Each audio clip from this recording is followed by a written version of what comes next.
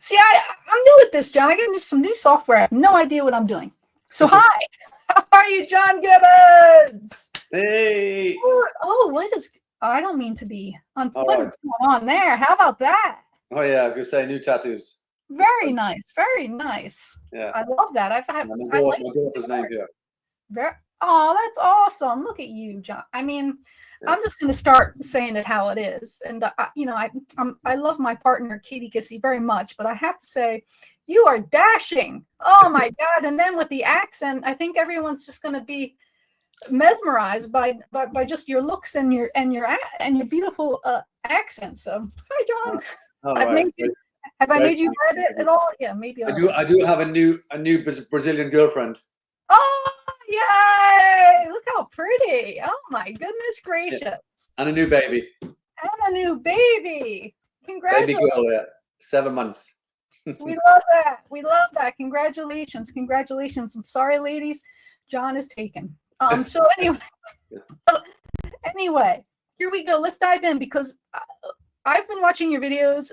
I checked out your page. You gave me entries, some of the stuff, and it's just magnificent. So posted here will be your website. Also, one thing that I want to dive in right away and recommend is that you have a free mini class right now. Yeah. Muscle energy techniques. Yeah. So muscle energy techniques, you can actually get on John's website and get that class for free. And I liked it. It gives you a good overview of what John's about and what you'll get from his classes. So before we dive into anything, I would highly recommend going to his website, getting that, and you can get some other things downloaded from his website. And actually, why not? Just right now, John. I have no plan. I have no plan, John. So let me just show you two, and then you can talk about this when you're telling us a little bit more. So Okay. Look at this. Oh, it's right in the middle of us. This is coming out soon. It's John's book, which is amazing. And someone's at my front door. Hold on.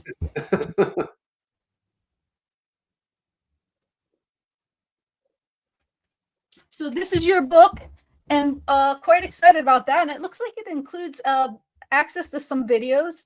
So I want to let everybody know that that's kind of up and coming. Very excited about that. So tell us. Human Kinetics is a new publisher. So Lotus Publishing was the original publisher, but now Human Kinetics have basically bought Lotus Publishing. So it's a lot bigger, as an American company. So that's awesome. Congratulations. So you have several books out. So just give us give us a little overview of who you are, where you came from, and all the magnificent things you've done. Okay. I mean, we'll be here for an hour or 2 days. So you're gonna have to could you sum that up? Kind of your career. Yeah. Okay. Well, I joined the army at 16, and I became a physical trainer when I was 19. I did the Gulf War when I was 22. Then I left the army when I was 27, 28 as a sports therapist. I trained in Oxford as an osteopath. So I did 5 years training there. I had a clinic at Oxford University for 20 years, and I was looking after the boat race team, doing a lot of lectures for Oxford University, teaching the medical students. And then I started writing my first book in 2011. So that was the first edition, Muscle Energy Techniques. And I've literally just finished my 9th one on spinal manipulation and mobilization techniques. So that's going to come out this month. I spend a lot of my time traveling now. So I've just done Bangkok and Philippines in January. I just did Ireland last week, and I'm off to Chiang Mai next week. But I'm riding a motorbike next week. So nice. Week after next. So that's a bit different. So I like off-road motorbikes and I like on-road motorbikes. So my YouTube channel is pretty big. I would say I think I'm almost on 500,000 subscribers, so it's okay as a physical trainer, if you like, or physical therapist, whatever you want to say. And Instagram. I'm not so popular on Instagram, but probably because I'm not so active on it. Because, as I said, my life at the moment is mainly. That is a great picture, by the way. Congratulations, really, truly, on the family and new baby. I think that's is equally as important for us to celebrate about you today as all your successes, because as we all know, family is first, and it's probably the thing that helps us grow most as a human being. So again, congratulations, and on Yeah. all your success and also that. So let's go back to the muscle energy techniques. From my little, I just get my second edition book, because that's the newer book, if you like. This one. This has got QR codes. cool. So it's got all the videos in it of all the techniques. So this is the second edition of MET, which came out maybe 1 or 2 years ago. This one. That's awesome. So your thing too, I'll say about your website, it's beautifully done. I like how you kind of go over things and then show things. It's you just did a great job.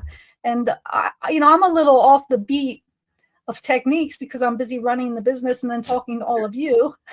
But it was easy for me to remember and follow, and you did a great a job of putting everything together. So the book plus the videos is a really nice feature, and I think that's something really cool that you've done.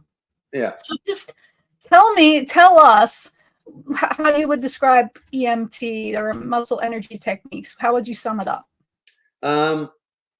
It's originated from an osteopath, Fred Mitchell.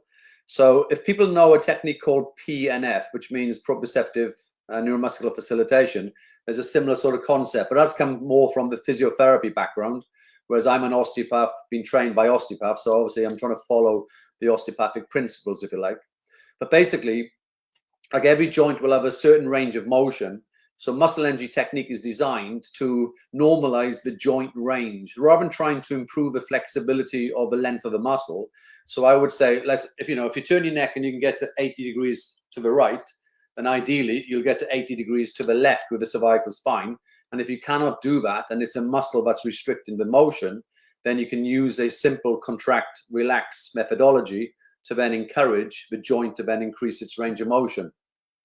The patient is doing most of the work, so basically the therapist is like a facilitator in the process. So they're doing most of it, if you like, because they perform the contraction, whereas you hold the position and then you take them to the new position. So it's not a new position in terms of trying to lengthen your hamstring where you're getting past 90 degrees. You're literally only trying to get to 90 degrees because that would be like an optimum position for day-to-day activity. So that's the idea behind it. But then there's also, different ways of applying an MET. When you contract the muscle, it's painful. And let's say if I turn my head one way and it's painful, I can turn the other way because it contracts the opposite muscle, which we call the antagonist, which then causes a relaxation effect, allowing you to then take to the new position again. So there's a few ways of doing it. So it works very well, and it's quite simplistic in its treatment approach. So you have something referred to as PIR and RI on your video. Can you just talk about those two parts of the MET a little bit so people can get maybe even a little more understanding? Yeah. So PIR stands for post isometric relaxation. So if you think of the word post, so after a muscle that's contracting isometrically, so there's no motion. So if I'm contracting my bicep, I'm literally contracting the bicep, but no movement. After about 10 seconds, they'll cause like a relaxation effect because it stimulates the Golgi tendon organ. So allowing the same muscle to relax, allowing you as the therapist to then lengthen the position.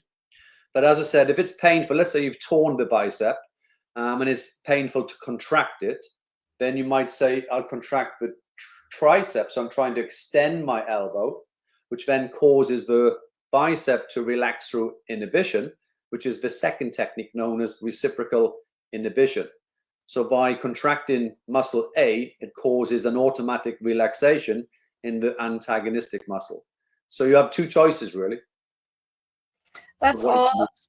And you say I think I hear here several times, and I'm thinking it's the same thing. And please, I apologize if I'm wrong, but bind. We call it a hard end feel. Is that what you're talking about in your videos? No, you say bind. Yeah. No, that's different. If you're looking at, if I just do a brief anatomy or say of a joint, like if you flex in a knee passively, so if you were doing it for the patient and you flex their knee, then the end feel will be soft. If you extend the patient's knee, then basically it's bone approximating bone. So that would be a hard end feel. Like an elbow, when you extend an elbow, is a hard end feel. Mhm. If you try and stretch someone's hamstrings and they're quite tight, you will get what we call a muscular end feel. Whereas if you've got like an adhesive capsulitis in the shoulder, and then you slowly take the arm into external rotation, you have what we call a capsular end feel, because the joint capsule will restrict that motion. And then typically, if you've got a frozen shoulder, you lose external rotation as your primary plane of motion, even though all other planes are restricted. So a bind, in theory, could relate to all of them. But because we're using from a muscle energy technique perspective, let's say, for instance, I'm using the pec. So I palpate the pec of a patient, and I'll slowly take the arm until I feel a resistance. So in theory, that's a muscular end feel, but because it's limiting my movement, we call it the point of bind. Okay. Yeah. So it's not where the muscle is stretching. It's not where the patient will say, "Oh yeah, I feel a good stretch," because it's to do like with the sarcomeres, the muscle fibers, if you like, where we almost like take out the slack before we physically stretch. So the point of bind is the first point that you feel, and then the MET is typically applied from the point of bind. I love that. See, I can't tell if I just get the accent. I mean, your voice. It makes it so much more interesting. I'm from Wales. That's so good. Yeah, yeah. I'm from the valleys of Wales, if you know that, where the old mines used to be. So Oh, I'm wow. from mining towns in Wales. Oh, very cool. So, what would you say? I want people to kind of get more and more of a feel for you, John. What would you say your favorite part of teaching is? What are some of the things that you love about teaching? Well, I've been teaching for quite a while, and lots of people would almost like to do what I do in some respects. But I do think I'm quite unique, because I do try to say to my students that when have you ever done a course where the teacher has given you a book that they have written? So obviously, if you attend my course on the shoulder, I'll give you a shoulder book. If you attend my course on the glutes, I'll give you a glutes book. And if you attend my course on MET, then you get the MET book. So I do feel like I'm quite unique for that. My teaching has actually reduced a lot in UK. I used to teach about 12 days a month. Like I run a diploma, so like one day, I've had many students attending saying, "John, I'm going to do 10 days on a trot with you," and I said, "Well, good luck, good luck with that." And after about 3 or 4 days, a lot of these students will say to me, "Can I go home?" Because it's like, for me, it's quite straightforward, because I'll teach a knee one day, then I'm on a hip one day, then a shoulder the next day, then a cervical the next day, then MET the next day, and then glutes the next day, then nerves, then soft tissue, then pelvis. And people are like, I just can't keep up with the way you were teaching it, because it's all quite advanced. Well, I like to think it is. If you read my book, there's a lot of information in there, and I try to portray a lot of that. My busiest courses is a spinal manipulation and mobilizing, because wherever I teach abroad, like I'm actually in Barbados in June teaching 3 days, and then I'm in Croatia, Finland, Dubai twice, Hong Kong twice, Philippines again, just this year. And it's mainly all spinal manipulation. So I still like teaching that one, but I'm almost a little bored sometimes, because it's a similar sort of concept. I did that in Ireland last week. But I quite like the shoulder. I quite like the hip, I would say. I do like to think my knowledge is quite good. So a lot of people try to test me a little bit, but I try to answer. I should be able to answer most, especially nerves.